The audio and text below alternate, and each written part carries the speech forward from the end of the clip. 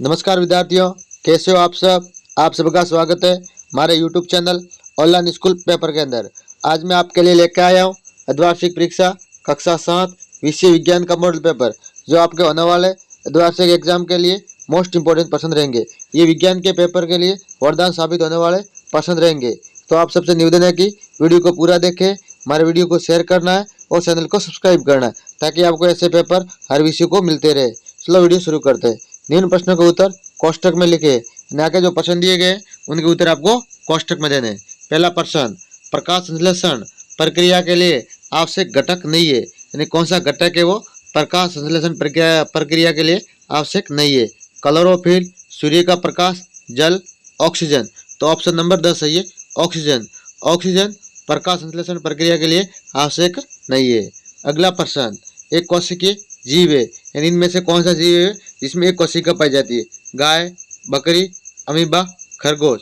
तो option number स सही है, अमीबा।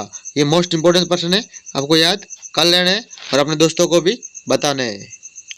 अगला प्रश्न, मानव शरीर का सामान्य ताप कितना होता है, यानी हमारे शरीर का सामान्य ताप कितना होता है। 35 degree Celsius, 37 degree Celsius, 40 degree Celsius, 42 degree Celsius. तो सामान्य तापमान है वो 37 डिग्री सेल्सियस होता है। ऑप्शन नंबर बस सही है, मोस्ट इंपोर्टेंट प्रश्न। सिटी के डंक में पाया जाता है, यानी सिटी के डंक में कौन सा अम्ल पाया जाता है। एसिटिक अम्ल, फॉर्मिक अम्ल, लैक्टिक अम्ल, टार्ट्रिक अम्ल। तो ऑप्शन नंबर ब फॉर्मिक अम्ल पाया जाता है, यानी सिटी के डंक के अंदर फॉर्मिक अम्ल पाया जाता है।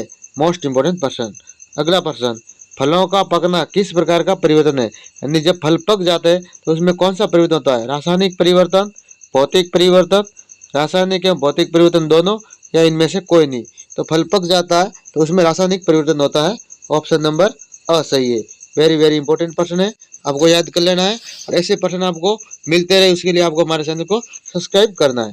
अगला प्रश्न, रिक्त स्थानों की पूर्ति कीजिए। आगे जो प्रश्न दिए गए इनकी आपको खाली जगह भरनी है।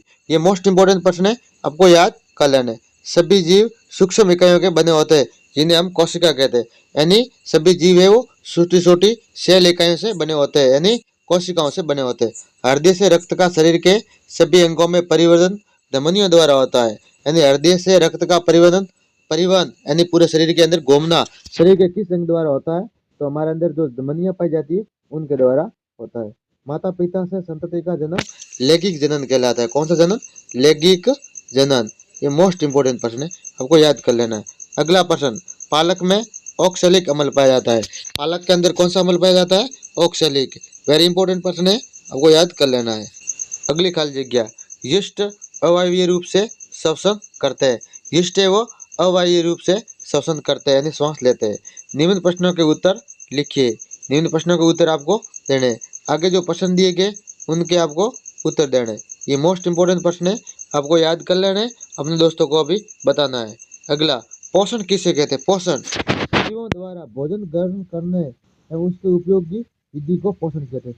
पोषण किसे कहते हैं, तो सजीवों द्वारा भोजन ग्रहण करने एवं उसके उपयोग की जो विधि होती है उसे पोषण कहते हैं। मोस्ट इंपोर्टेंट प्रश्न। अगला प्रश्न, भोजन के प्रमुख संघटकों या अवयवों के नाम लिखिए, यानी भोजन के संघटक या अवयव कौन कौन से। कार्बोहाइड्रेट, वसा, प्रोटीन, विटामिन, खनिज लवण और जल, ये भोजन के घटक या अवयव है। मोस्ट इंपोर्टेंट प्रश्न। अगला प्रश्न, एसिड शब्द की उत्पत्ति किससे हुई है। तो लैटिन शब्द एसियर से एसिड शब्द की उत्पत्ति हुई है। लैटिन शब्द एसियर से एसिड शब्द की उत्पत्ति हुई है। ये मोस्ट इंपोर्टेंट प्रश्न है, आपको याद कर लेना है। आगे, किन्हीं 3 युक्तियों के नाम लिखिए जिनमें सेल का उपयोग किया जाता है, यानी 3 युक्ति बतानी है उसके अंदर सेल उपयोग में होते हैं। Taurus, transistor, radio. Taurus, transistor और रेडियो, ये मोस्ट इंपोर्टेंट प्रश्न है। अगला, भौतिक परिवर्तन किसे कहते हैं। वह परिवर्तन जिसमें किसी पदार्थ के भौतिक गुणों में परिवर्तन हो जाता है, भौतिक परिवर्तन कहलाता है। यानी किसी भी पदार्थ के भौतिक गुणों में परिवर्तन होना भौतिक परिवर्तन कहलाता है। मोस्ट इंपोर्टेंट प्रश्न, श्वसन दर को परिभाषित कीजिए। श्वसन दर, 1 मिनट में किसी व्यक्ति द्वारा जितनी बार श्वसन किया जाता है वह उसकी श्वसन दर होती है, यानी वो कितनी बार श्वास लेता है वो उसकी श्वसन दर कहलाती है। मोस्ट इंपोर्टेंट प्रश्न। अगला प्रश्न, रासायनिक परिवर्तन किसे कहते हैं? वह परिवर्तन जिसमें एक अथवा एक से अधिक नए पदार्थ बनते हैं रासायनिक परिवर्तन कहलाता है। यानी वह परिवर्तन जिसमें एक से अधिक जो पदार्थ बने वो रासायनिक परिवर्तन कहलाता है। अगला, ऊष्मा चालक तथा ऊष्मारोधी प्रत्येक के दो दो उदाहरण दीजिए। तो ऊष्मा चालक आयरन तथा कॉपर, यहाँ तांबा, और ऊष्मारोधी प्लास्टिक तथा लकड़ी। प्लास्टिक और लकड़ी ऊष्मारोधी जिसके अंदर करंट नहीं आता है, ऊष्मा चालक आयरन यानी लोहा और कॉपर यानी तांबा इसके अंदर करंट आता है। ठीक है, ये सबको पता होता है। अगला प्रश्न, रक्त का रंग लाल क्यों होता है? रक्त में पाई जाने वाली लाल रक्त कोशिका यानी आरबीसी में एक लाल वर्णक पाया जाता है जिसका नाम होता है हीमोग्लोबिन।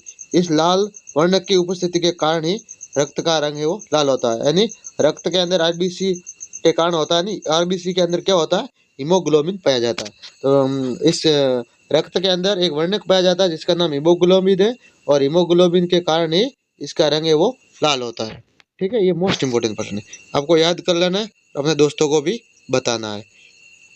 आगे, हाँ, अगला प्रश्न, पादप कैसे जनन करते हैं? यानी पादप एवं नए पौधे कैसे उत्पन्न करते हैं? ये मोस्ट इंपोर्टेंट प्रश्न है, आपको याद कर लेना है। पादपों में जनन विभिन्न विधियों द्वारा होता है। ये मुख्यतः दो प्रकार के होते हैं, अलैंगिक और लैंगिक। ये मोस्ट इंपोर्टेंट प्रश्न है, आपको याद कर लेना है। अलैंगिक जनन में पादप बिना बीजों के ही नए पौधे या नए पादपों को उत्पन्न करते हैं, जबकि लैंगिक जनन में नए पादप बीजों से उत्पन्न होते हैं, यहाँ प्राप्त होता है। यानी अलैंगिक जनन के अंदर है वो डाली वगैरह से नए पौधे बन जाते हैं, और लैंगिक के अंदर बीजों द्वारा नए पौधे या पादप बनते हैं। ठीक है, ये मोस्ट इंपोर्टेंट प्रश्न। पोषक व पोषण में अंतर बताइए। पोषक एवं पोषण, तो पोषक का तुमने नहीं पढ़ा, और पोषण का पहला प्रश्न आ गया था, 11वां प्रश्न लगभग था। तो आगे, भोजन के घटक जैसे कार्बोहाइड्रेट, प्रोटीन, वसा, विटामिन एवं खनिज लवण पोषक कहलाते हैं, जबकि सजीवों द्वारा इन पोषकों को ग्रहण करने एवं इनको उपयोग की विधि होती है उसे पोषण कहते हैं। यानी पोषक यानी जो तत्व होते हैं कार्बोहाइड्रेट, प्रोटीन, वसा, ये यानी कोई सामग्री वो पोषक होती है, और उसको ग्रहण करने के यानी खाने की जो विधि होती है उसे पोषण कहते हैं। ये मोस्ट इंपोर्टेंट प्रश्न है, आपको याद कर लेना है। उदासीन विलयन से आप क्या समझते हैं? उदासीन विलयन, उदासीन विलयन ऐसे विलयन जो लाल अथवा नीले लिंटस पत्थर के रंग को परिवर्तन नहीं करते, उदासीन विलयन कहलाते। ऐसे पदार्थ न तो अम्लीय होते हैं, न ही क्षारकीय होते हैं। यानी उदासीन का अर्थ होता है न ही कोई पदार्थ होता है वो न ही नीला होता है न ही लाल होता है, और उसमें कोई परिवर्तन नहीं आता। वो न तो अम्लीय होते हैं और न ही क्षारीय होते हैं, इसलिए उसको उदासीन बोलते हैं। ये मोस्ट इंपोर्टेंट प्रश्न।